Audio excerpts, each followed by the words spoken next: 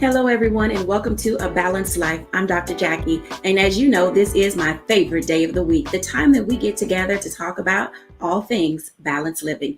Today, we have no shortage of individuals who will pour into us, share with us, and guide us toward what it means to live a balanced life. As we are rounding out this month, mental health has been a very big part of how we gauge how we're doing, what we're going to get engaged in, and literally the people that we allow in our circle. Today, I just want to have a bit of a dialogue with us on what it means to be educated, to learn what it means to become an advocate, to do some self-reflection on how you are doing. You see, mental health is one of those concerns and conversations that we really don't like to have. We don't ask how people are doing because sometimes we just don't want to know because we're dealing with our own issues and our concerns, and we have people in our families who are seemingly out of sorts. And let me just say, being in this pandemic has brought so many things to light. But today, I am delighted to welcome in our guest who will be with us, Dr. Tierney, Mocha Lee, Pastor J.T. Johnson, Chad Anderson, John Gregory. I am so pleased that all of you are here, and I look forward to our conversation and dialogue. I'd like to bring in all of our guests, and I want to have this simple conversation, this one question that we just don't seem to ask. So everybody, how are you doing? Let me start with Pastor JT because he got that smile on his face like, why are you asking that question, Dr. Jacquie? I'm great. I'm excited about today's show and definitely excited to be a guest in this much needed conversation. But personally, I'm doing great. You're doing great. I would like to say, I'm glad you didn't say fine, because in our world, we always say that fine stands for freaked out, insecure, neurotic, and emotional. So I am happy to see that you are doing great, because we usually give those sort of pat answers when we kind of don't want to get into how we're really doing. So Mocha Lee, how you doing? You know, I would use the word magnificence today. I'm feeling awfully magnificent. It's a magnificent Monday. Tuesday, it'll probably be a terrific Tuesday, on and on. Because it's a mindset. It's a mindset. I try to wake up and just, do morning meditations and keep a positive vibe as much as humanly possible, especially because I have to give that same energy to my clients and students all day. So I am actually magnificent. Thank you for being magnificent today. I hope that some of our viewers will be able to adopt that attitude. Did you hear what she said? It's a mindset. Dr. Tierney, how are you doing? So, I'm going to come with a little bit of honesty and transparency here. I'm doing good, but I have been pushing back at some overwhelm these past couple of weeks. Just trying to find my new rhythm, my new life balance, between the weekly recordings for the TV show, being a wife, serving my clients with excellence, drinking my water, adulting. It has gotten really crazy here within the past couple of weeks, but I've been very intentional about finding my new rhythm, being intentional about the things that I need in this new season and finding my new balance. So overall, I'm doing really good and just really being intentional to push back at that overwhelm that's been trying to come and take me down. Thank you for sharing that. I hope that viewers, as you're listening to what we're talking about, honesty, transparency, being able to find your adjective or your verb that kind of fits where you are in this season. Seasons have changed and we're ready to get out and about. I'm excited today to introduce you to Chad Anderson and John Gregory. Now, we will be having a one-on-one with them a little later. But gentlemen, I'd like to ask today, how are you doing? Hey, this is John Gregory, and I just want to tell you that I am happy because I've decided that happiness is a choice and not an emotion. So I'm always happy. Happiness is a choice. I love that. Chad? I can say I'm doing absolutely wonderful as well. To be transparent, have a little honesty, I'm a full-time father of 5, and I also help run this wonderful agency in 17 different cities. So I definitely always am searching for balance and making sure that I keep that mindset, as you all have said earlier. Thank you for sharing. Okay, audience. So when you're watching and you're typing in the thread, please share with us how you're feeling as you're watching the show. I want to tell you that it's extremely important that we open ourselves up. Let me tell you, our new normal is fluid. It's going to be ever changing. And as we go through each and every day and we're monitoring our emotions and doing some self-reflection, it will push you to the point, sometimes to the brink. When we're back after the break, I want to talk to our guests about what does it really look like to move into this new normal, but also how as a society are we handling what it looks like moving through this COVID pandemic, when we're back after the break.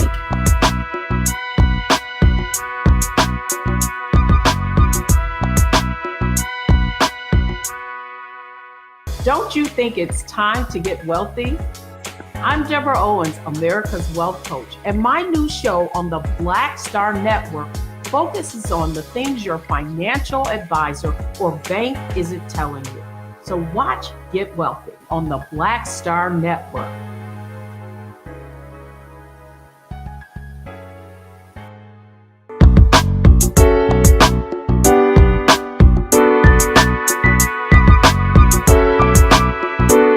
Welcome back, everybody. This is Dr. Jacquie of A Balanced Life here at Black Star Network. And you know, this is my favorite time of the week, and we are talking to our guests and our contributors today about what it means to strive through mental health. You know, we could not do our show the way that we do our show if we ourselves were not vulnerable, transparent, honest, and open about what we really face day to day.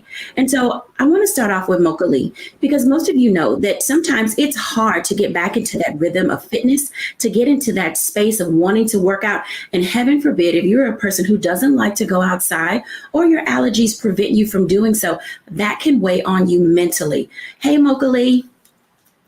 Hey, yes, indeed. I'm glad we're talking about this. It's always relevant, always relevant. You know, that relevancy comes in many forms. And, you know, my question for you today is people are considering, you know, their impact on the mental health and having been in for almost 2.5 years. How are you guiding your clients and coaching them to not feel overwhelmed, one, about being guilty because they didn't work out, and then not being able to fit their clothes, not feeling, you know, I don't want to go outside. I don't want to go to the gym. I don't want to be around people. Share with us how you're guiding us through these mental moments that we're having. You know, baby steps are always important because just like, you know, we've heard if that word overwhelm is something we kind of want to avoid. So I always explain to people, you really have to be patient with yourself. You really do. And you have to be encouraged because believe it or not, the research shows that actually just 1 hour, believe this now, 1 hour of exercise per week is related to signs of improved mood, lower anxiety, lower stress.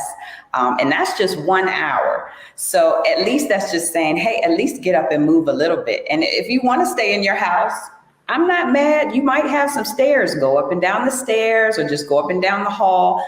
If you're pumping your arms and your heart rate gets up, that's the whole idea. You want your blood to flow. You want your body to say, wait a minute, is this exercise? Like, am I really getting some of the endorphin? You know, the endorphins are the feel good chemicals that really help your brain. And your brain just benefits so much from all the chemicals that come around when it comes to exercises. There's serotonin and dopamine and all those chemicals that really at the end of the day mean, hey, movement for your body is also good movement for your mind. And it's the breath too, just learning how to breathe and get that oxygen uptake to your brain. All of these things help our mental health.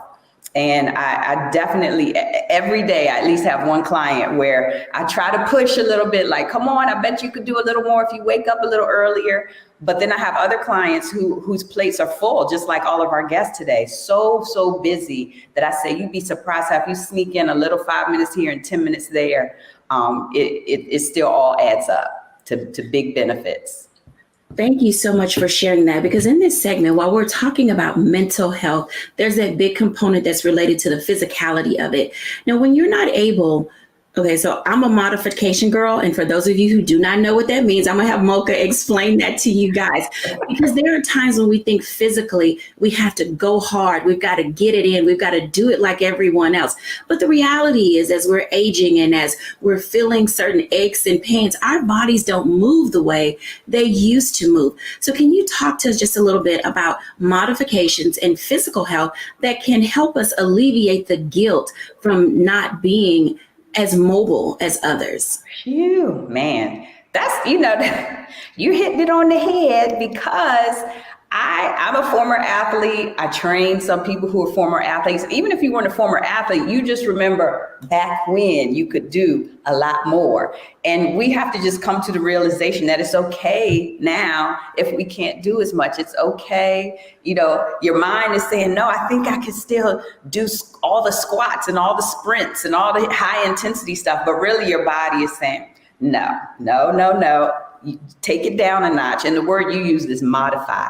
Modify the movements so that you're not injuring yourself or causing harm, but still getting mental benefits. So for example, I can give you two examples. One would be a strength example. So if you go to any fitness classes or deal with personal trainers, we all want to make you guys do squats and lunges and all these things that they do help your lower body, but they might not be friendly for your knees, right? So then there are modifications for that. And I think you and I have even done moves where you take an ankle weight, put it around your ankle, and do some moves on the floor where you're just doing leg lifts, which is safer for your knees. That's a modification. I have a lot of people who like being outside and jogging or running. Guess what? Again, not too friendly on the knees, maybe not friendly on the lower back.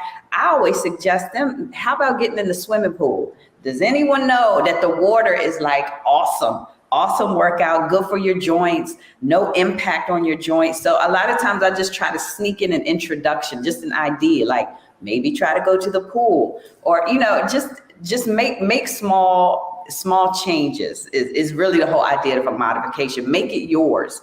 Make your exercise your own. And even this morning, I'm not kidding you, there was a workout that I led where some of the people were doing high knees, but your girl was just doing a regular old knee lift. Because I already know, I just have to appreciate where I am and know that I will still get benefits even if I'm not doing hardcore moves.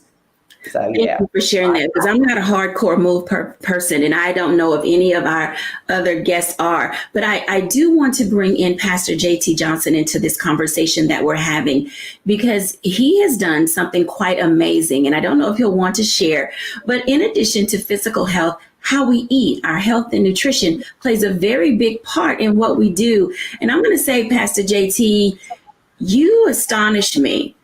I'm going to let you share your story with our audience. And I don't know if this was a mental design for you, but your weight loss and how you carried your grace for the rest of us who were watching your process, you gave us all hope and inspired us. So share with us a little bit about what you did and your organization that is helping other people find their pathway to mental health through diet and exercise. Thank you. This is a welcomed conversation. Being a pastor, I take it upon myself to ensure that everyone that I come in contact with is directed to the source. They know who God is. They have a relationship with him.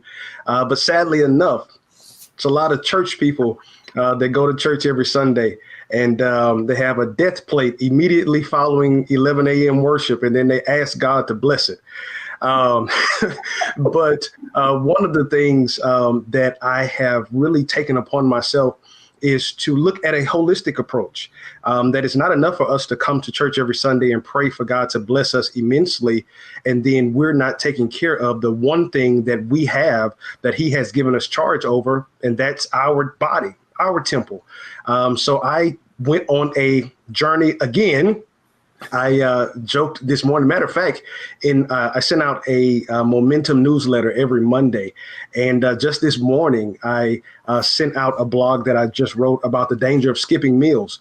And I learned that because in quarantine, when I had some extra time, I became a certified personal trainer. And I saw that eating actually helps stimulate your thermogenesis.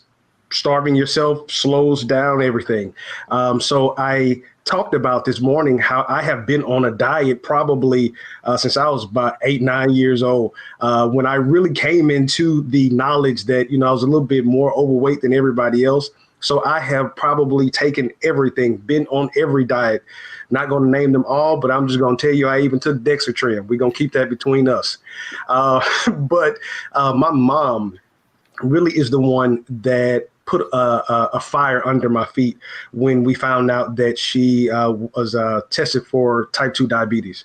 And when I heard the news, she needed an accountability partner as she was about to change her diet. Now, my mother and father are from East Texas, and Daddy still needed everything, fried and have a piece of bread with every meal. So I told Mom, I say, hey, I'm gonna be your accountability partner.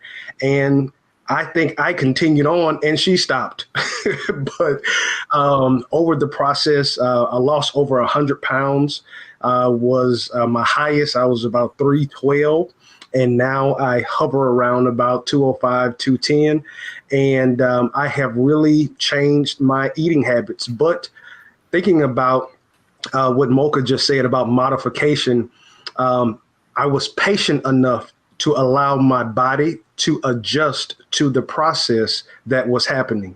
So I didn't just go cold turkey. I am a vegan now, but I didn't just go cold turkey. I started to remove red meat. And then I started to, my next step was removing chicken. Then my next step was removing fish. And then I became a vegetarian and now I'm vegan. And that happened over the course of about 3 years. So I didn't go on a fad diet. I didn't lose 20 pounds in 19 days like the weight loss gurus would advertise. It was about a pound a week. And it was real slow, but I believe that's the reason why it's been easy for me to maintain it. And when Mocha mentioned about modification, if I can just drop this, that is a holistic word for everything in our lives.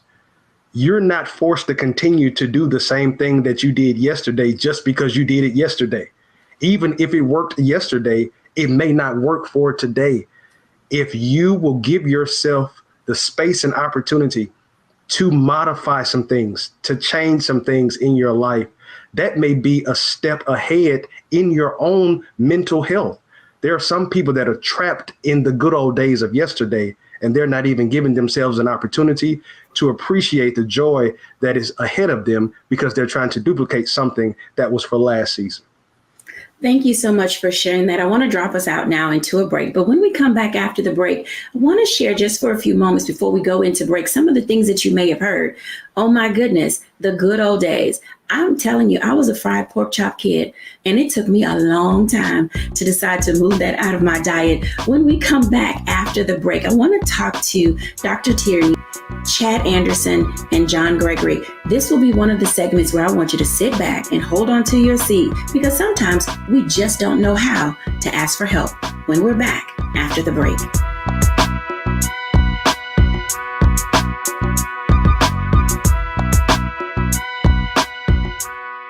Pull up a chair, take your seat. The Black Tape with me, Dr. Greg Carr, here on the Black Star Network. Every week, we'll take a deeper dive into the world we're living in. Join the conversation only on the Black Star Network.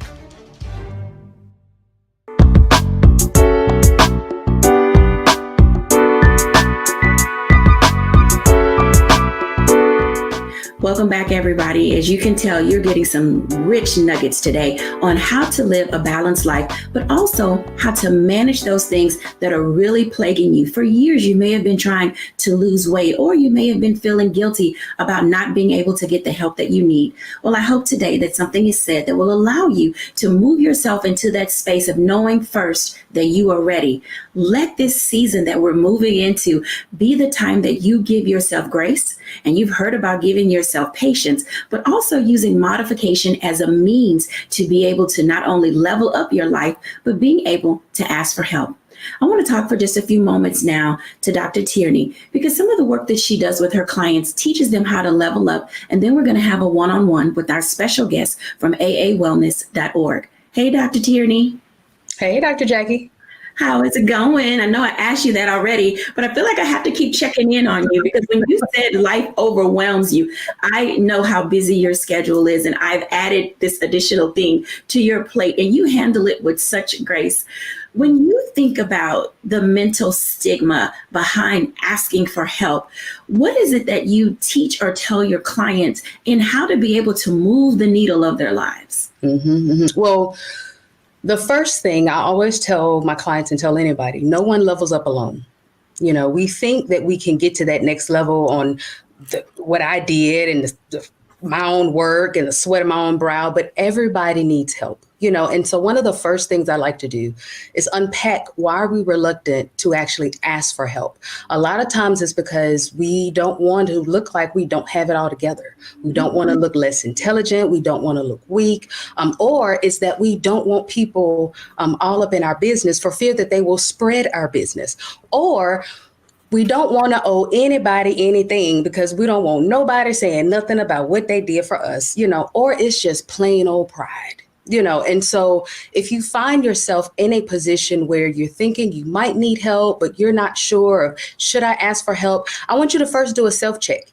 And if in that self-check, any one of those things that I mentioned popped up, pride, you're not sure if somebody's going to spread your business or anything like that, what we typically do is we will not ask for the help. And that's not what we need to do. We still need to ask for the help. But the question is, who are you asking for help? Because you don't want to ask the wrong person for help because, your business might get spread in the street, or they might hold it over your head.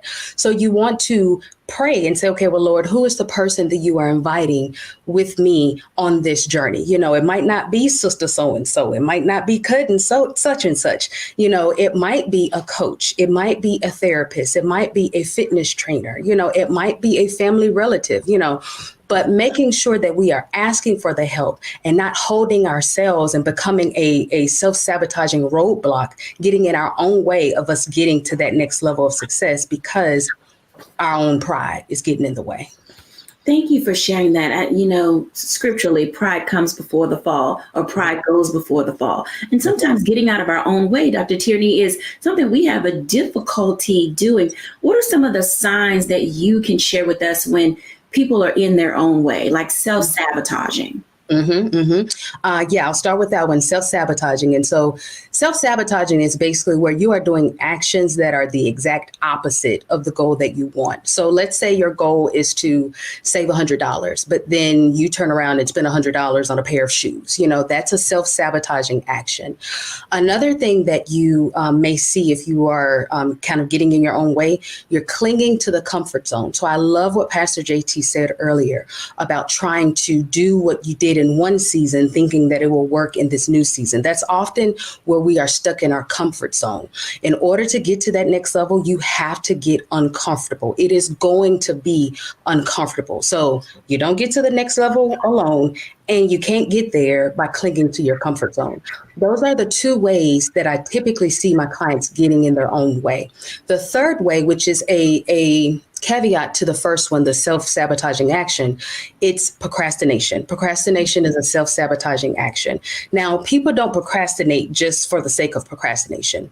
There's usually something up under that procrastination. Usually it's a fear, it's an insecurity. There's a deeper emotion that goes along with that procrastination. And in an effort to avoid that feeling, that emotion, we'll procrastinate on doing whatever that thing is. And so all of those things become how we get in our own way. And then we don't lose the weight. We don't start the business. We don't reach whatever that goal is that we're setting for our lives.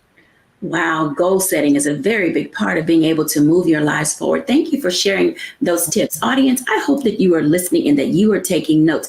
What you're hearing today is the way in which you will be able to build for yourself a toolkit, a lifestyle toward balanced living. I want to bring in now our very special guest that we have today of aawellness.org. We're going to talk to John Gregory and Chad Anderson. Gentlemen, good afternoon. Good afternoon. Good afternoon. I am delighted that you are here. And in this segment, while we're talking about the stigma of mental health, you deal specifically in the area of men. Can you tell us about your organization and about yourselves, and then kind of walk us through what it is you do? Yeah, the name of our organization is the African American Male Wellness Agency. Black men die of all 5 top diseases, number 1. So for the last 19 years, what we have been doing is trying to bring attention to Black men's health issues. So what we do is probably right now in 17 different cities, we hold an annual event called a Wellness Mobile 5K Walk and Run, where we go in and we do free health screenings for Black men. And that really was a very interesting perspective because we were bringing men physical health. And then over the last 10 years, we started dealing with Black men in mental health called Real Men, Real Talk, where we really focus on Black men and their mental health perspective of how they live, how they function, and what they think about themselves, and how they relate that to their family. So we really have done something really unique. And every city we go to, we get lots of Black men that come out and participate. They get free health screenings with Black doctors, nurses, what have you. But then during the course of the year, we host sessions for Black men to come and talk. And we're talking about having real conversations, the kind of conversations that talk about how do you survive as a Black man in this society? How do you deal with your wife? How do you deal with your children? And what we really do is provide a free space for Black men just to be honest, open, and real. And I do want to say that I'm not trying to be cool. I went blind, and it was really interesting that you were talking because, I am a Black man who runs a corporation, have over 160 employees, and in the midst of being successful, I went blind and had to go from being independent to being dependent. And that itself was a really mental challenge. But what I had to do was be real, honest, and open, that I knew that I could not function unless I got the mental help that I needed from my community. Thank you for sharing that, because I know people were probably sitting there thinking, why does he have on sunglasses? But I already knew this. I didn't know the story, but I understood that you were blind, and I appreciate your honesty and transparency, because oftentimes you said the word dependability. And as we already talked about, pride goes before the fall. Now, Chad, you work very closely with John, and in his being vulnerable and having to depend on others, how do you see that as a benefit for other Black men to say it's okay to ask for help as long as you ask the right person to be your helper? Absolutely. I'd like to think that my relationship with Mr. Gregory and I is like a Jonathan and David relationship. Not only have I been able to benefit from this situation because over the past 7 years, he has poured all his knowledge, his information into me. And so being his executive assistant, but also having an opportunity to serve at one point as the director of the agency, we were able to travel across the country, and with him being blind still, and provide free health screenings for Black men. And why that is so special is because I still see the impact of the work that Mr. Gregory has done. Every time we have our free screenings, we are sending men from our screening pavilion to the emergency room. There's men that are sick and don't even know it. And so to have the honor of being able to navigate through our culture, through our country, to help save Black men's lives with the knowledge and such good reputation that Mr. Gregory has been a blessing, not only to myself, but also to my family too. Thank you for sharing. I'd like to bring Pastor JT into this conversation, because sometimes faith and mental health and asking for help and the stigma that goes with it, they don't match up too well. So can you talk for just a moment as we're listening to Chad and John share with us how they have this amazing resource in 17 cities for people to come to? As a pastor and church leader, why don't men seek help? Wow. Well, first of all, I want to thank you all for your great work. It is definitely needed. I made a statement yesterday, a series that we're going through this month is talking about table conversations. And I'm preaching on some hard conversations, some hard truths that typically is not discussed over the pulpit. And yesterday I made a point while I was preaching, and I had to stop and kind of flesh it out. But I said a lot of people don't open up and talk because they have confession trauma. And when I said it, I had to stop and kind of work through it. But my definition that I came up with yesterday is a person who opens up, who talks, who confesses, who says I'm hurt, who says I need help. But then someone else told them, no, you're not. Be quiet. That's not real. Then there was a callus that was created over that. And so then now we have learned how to take life on the chin. And I said that the most dangerous thing is that if we continue to take life on the chin in the form of boxing, if you continue to take it on the chin, eventually you're going to end up on the canvas. And it's so many of us who are descendants or we are benefactors of seeing this emotional trauma, this mental trauma, this confession trauma be passed down. And typically in the African American community, and not just church, but typically in the African American community, men are told, you don't have no feelings. You just got to get up and go. You got to get up and make it. And without taking this conversation too far away, I always say we have to be honest. My father, who this year will turn 78 years old, is the son of a former slave. My grandfather was a former slave. So that means I can touch Black history. My father grew up on the backside of Newton County, Jasper, Texas, where there was white signs, white only, Black. And so if we think about that trauma, we are just a generation away from where we didn't have an opportunity to say we were hurt. We're just a generation away where we didn't have an opportunity to go and get help because we had to carry the burden of the weight on us. And then I'll say this in closing to answer your question about the church. The church really hasn't, to me. I think the new generation, I think the millennial push is forcing us to talk about some things that we didn't necessarily talk about. But the church really, to me, didn't do as good of a job, I believe, as we could have in addressing mental health because we were forced to pray about it when we really probably need to sit down and talk about it. People got up and went to the altar and they came back to their seats and the only thing they had was a greasy forehead when really they needed to spend some time talking about some things that was haunting them. Typically, there are conversations that need to be brought to the table that probably have been swept under the rug.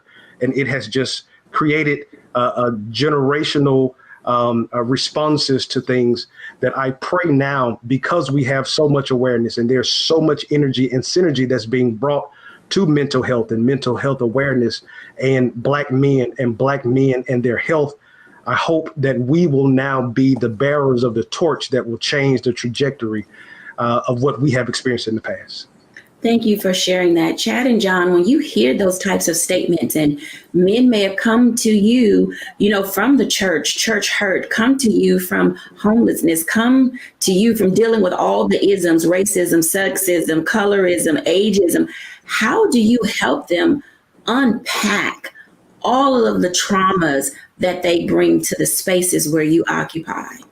Well, I think that, and it's really interesting, is because our churches are made up of predominantly women. And so Black men don't see themselves as having a space in the church. And so they don't oftentimes go to the church for the place where they talk.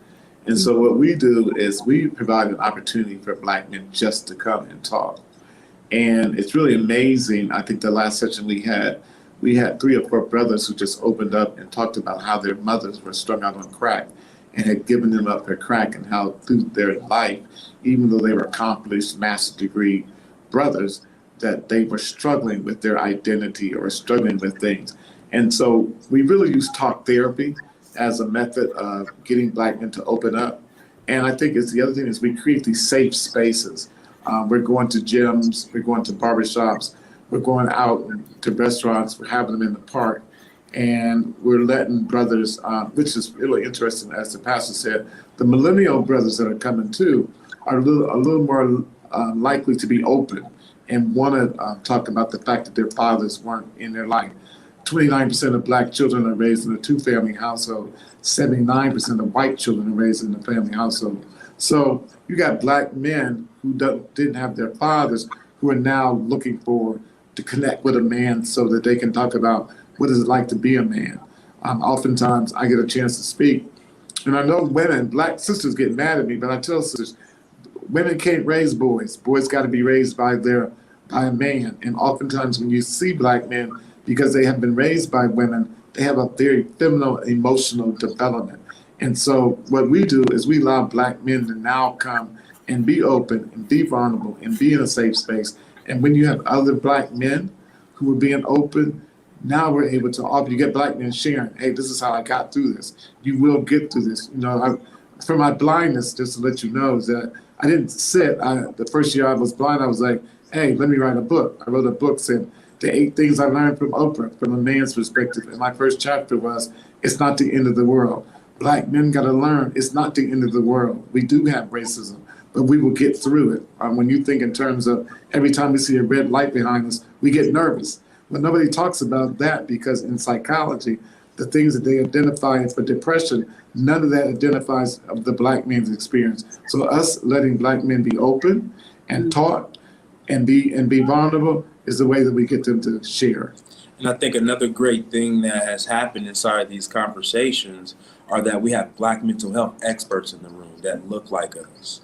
And so now that we're open, or now that the men are open, there's someone there that they can continue the conversations with and really get the help that they need and transition from that room into their own counseling or whatever other solutions that they need. So being there and being able to provide some sense of solutions has been tremendous because, you know, we had some young men, they talk about suicide. They're talking about a lot of things that they're going through. And so by having those Black mental health experts in the room to keep them where they need to be at, I think is powerful as well.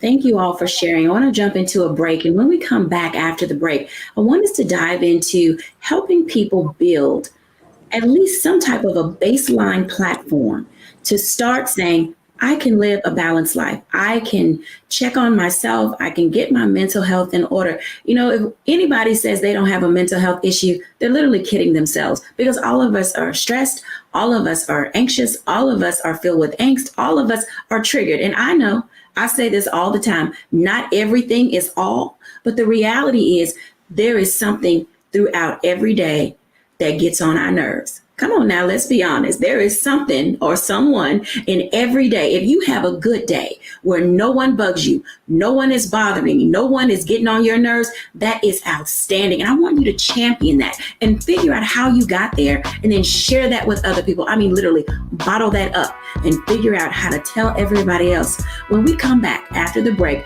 we're going to hear from everybody because we want to get a few tips and tools that we can take along on our mental wellness journey. When we're back after the break.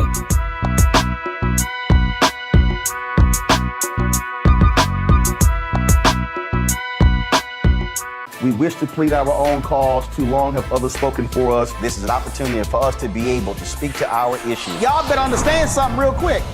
We ain't going nowhere. It is a continual battle that we see all across this country. Revolution will not be televised. The revolution will be streamed. All momentum we have now, we have to keep this going. He makes sure that our stories are told. Roland Martin's doing this every day. You can't be Black-owned media and be scared. Folks, Black Star Network is here. Oh, no punches! I'm real revolutionary right now. Support this man, Black media. He makes sure that our stories are told. Thank you for being the voice of Black America, Roland. Stay Black. I love y'all. All momentum we have now, we have to keep this going. The video looks phenomenal. See, this difference between Black Star Network and Black-owned media and something like CNN. You can't be Black-owned media and be scared. It's time to be smart. Bring your eyeballs home. You dig?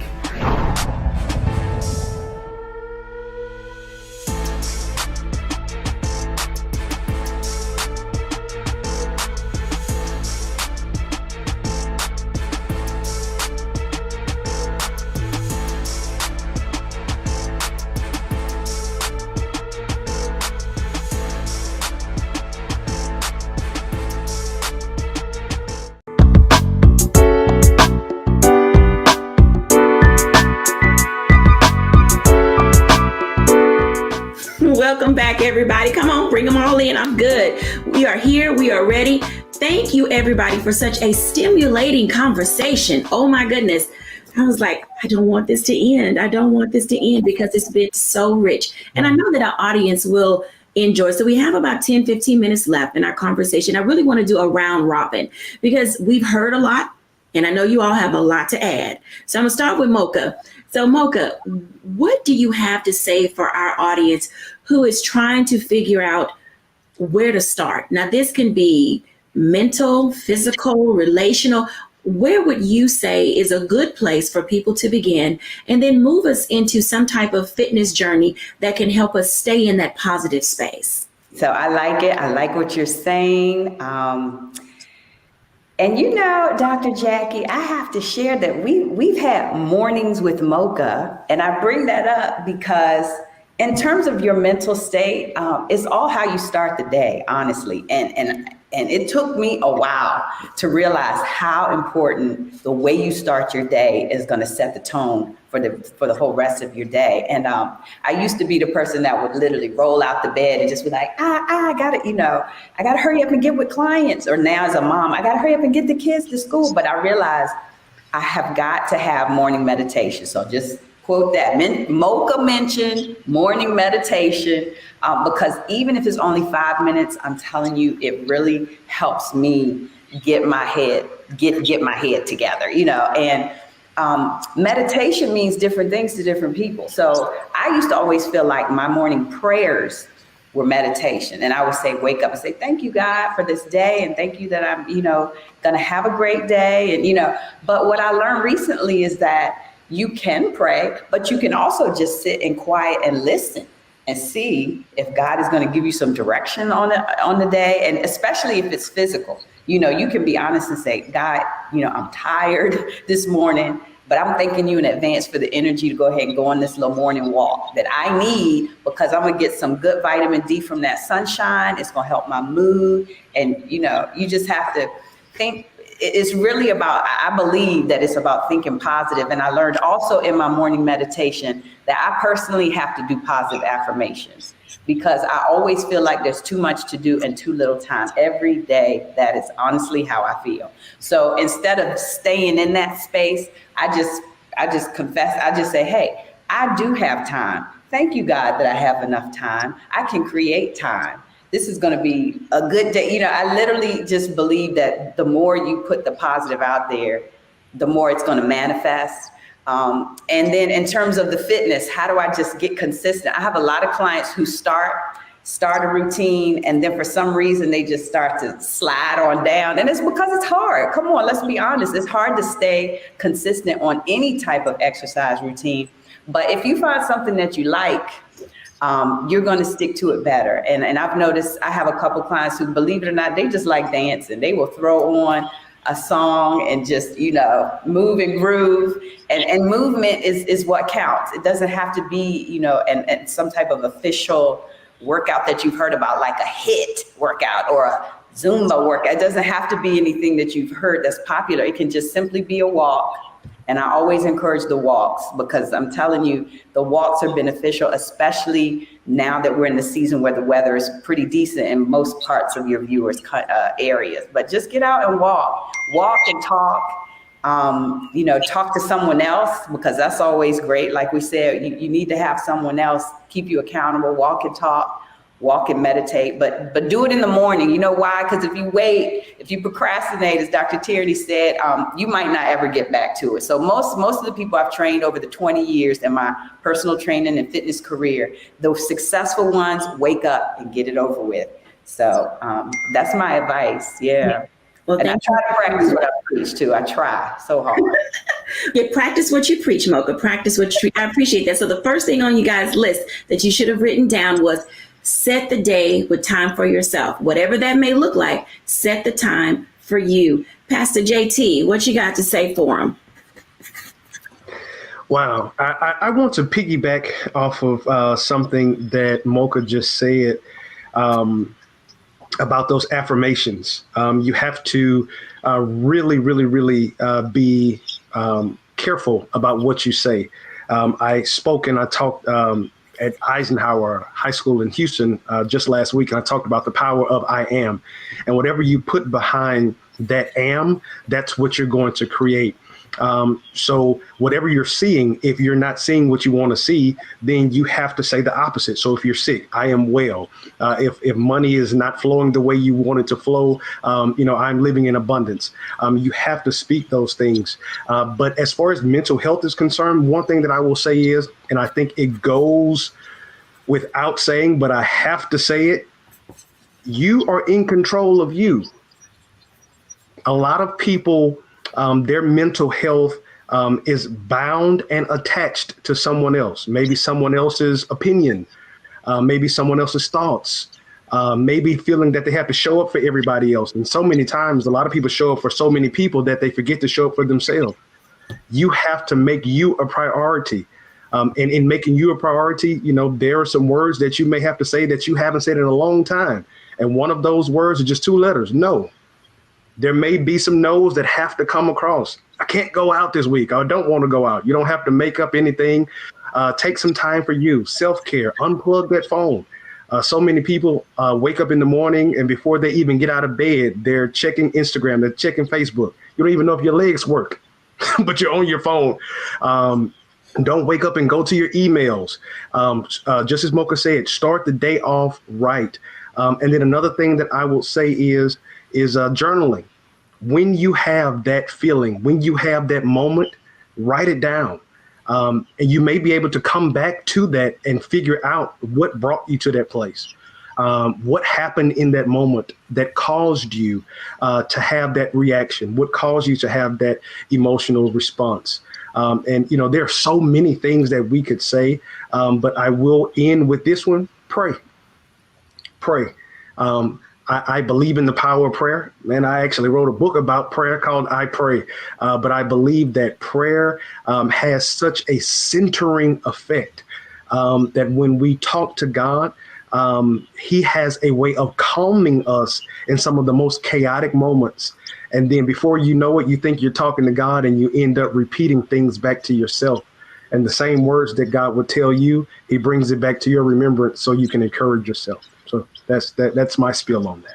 I appreciate that. So you've heard a second thing. Not only do you set your day with time for yourself, but you also want to give yourself positive affirmations. We've heard it over and over again. And even for those of you who are unchurched that watch us on a regular basis, there is life and death in the power of the tongue. So make certain that you are putting those I am things or your I am statements in place for your life. And then be cautious about who you ask to pray for you and be cautious about who is in your inner circle. Chad and John, what say ye, gentlemen? I would say for me, again, I wake up in the morning and even though I'm blind, I look in the mirror and say, I am great. So I start my day off with, I am great. And the other thing is what I try to teach people is this and make it lively in their life. It's not the end of the world. No matter what you're going through at that moment in time, it's just a moment in time and it's not the end of the world. People go through all kinds of things. They recover, they get over it, and sometimes it's a door for a new opening, a new place in your life. So sometimes it's a tragedy, but that tragedy comes into a whole new walk of life for yourself. So just always know it's not the end of the world. I think that's very good. I think for me, one of my key components that I try to live by is my association. At 1 Corinthians 15:33, it says, bad association spoils useful habits. So try my best to surround myself around people that are adding value to my life. That's rich right there. You hear that, everybody? Your number 3 and number 4 are start with the I am great statement, as John has stated. I mean, honestly, he told us that he was blind. It happened during the midst of all of his success. It hasn't changed him. It hasn't caused him to say, oh, I can't do this great work anymore. Because clearly, he who began a good work in you is faithful to complete it until the day of completion. And so it's important that we begin to identify and recognize that our situations in life don't determine necessarily our outcome and end results. But then also, as Chad stated, you have to watch your associations. Watch your associations. I'm going to say it again. Watch your associations. We've talked before on this show about nature versus nurture. And oftentimes the people around us can cause us to get into situations that have been difficult to undo. But then there's some times where we have really good associations and those people are able to pick us up and push us along the journey that we're supposed to be on so that we can say that I am great. Dr. Tierney. So I'm going to expound on exactly what you were just saying, Dr. Jacquie, and what Chad said, your associations. So most of us have heard of an amen corner. But we haven't really heard of an accountability corner. Now, these are the people in your accountability corner that you trust, the people that you don't have to hide from, the people that if you say, oh, I'm fine, they can hear it in the sound of your voice, in the look of your eye, and in your disposition, that something's not quite right. And so these are the people that you have around you that help to propel you forward to your next level. We often get comfortable in our amen corners because we just want to hear, yeah, girl, you fine. Don't worry about it. No, that was my, just to get that validation. But in our accountability corners, yeah, they'll validate us when we're right, but they'll tell us when we're wrong. You know, these are the people that we have absolutely no problems going to for help. Now, our accountability corners might not be comprised of the people that we know or in friendship or relationship with. So it might not be your mom. It might not be your sister. It might not be your cousin or your best friend. It might be your coach. You know, it might be your therapist. It might be your pastor. So my advice is to find your accountability corner, and allow yourself, give yourself permission to be vulnerable in those spaces so that you can get the help that you need, so that you can get to the level that you desire. Thank you so much, Dr. Tierney, and everyone for sharing. Let me just give a small recap of what you've heard. These are your top 5 ways in order to begin to put a foundation for yourself in living a balanced life. Number 1, set your day with time for yourself. Number 2, give yourself positive affirmations. Number 3, know that you are great. And number 4, watch your associations. And then number 5, get you an accountability corner. When we come back after the break, I'll do my reflections.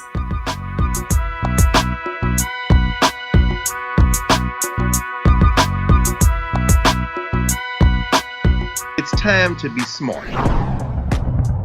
Roland Martin's doing this every day. Oh, no punches! Thank you, Roland Martin, for always giving voice to the issues. Look for Roland Martin in the whirlwind, to quote Marcus Garvey again. The video looks phenomenal, so I'm really excited to see it on my big screen. Support this man, Black Media. He makes sure that our stories are told. See, there's a difference between Black Star Network and Black-owned media and something like CNN. I got to defer to the brilliance of Dr. Carr and to the brilliance of the Black Star Network. I am rolling with Roland all the way. Honored to be on a show that you own. A black man owns the show. Folks, Black Star Network is here. I'm real revolutionary right now.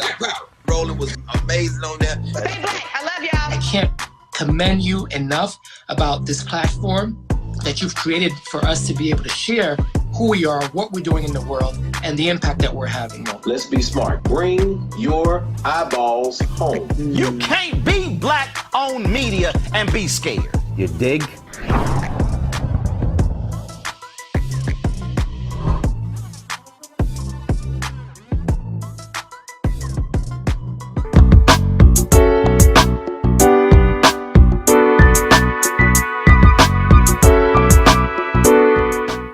Welcome back, everyone. As you can tell, our guests and our panelists and contributors today have given you some tips and nuggets that you can use for everyday life. We're not here to blow smoke. We're not here to try to make you feel good, because I know, like we say in church, if you can't say amen, say ouch. And I know that there were a lot of toes being stepped on during this segment, but it's for your benefit. Honestly, as we grow as individuals and we're seeking to find our own balance through this pandemic, as we're looking for ways to get over and become overcomers, it behooves us to really decide how we want our mental health to be shaped.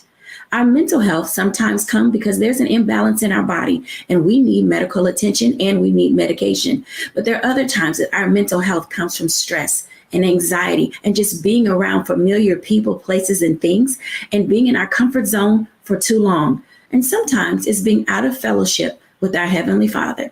Most of you know that I'm an ordained minister, so I give no apology for the way that we use the Word of God to motivate, encourage, and strengthen you on this journey. I hope that wherever you are and where you meet us in our segments today, that you will allow yourself to be whole and healed.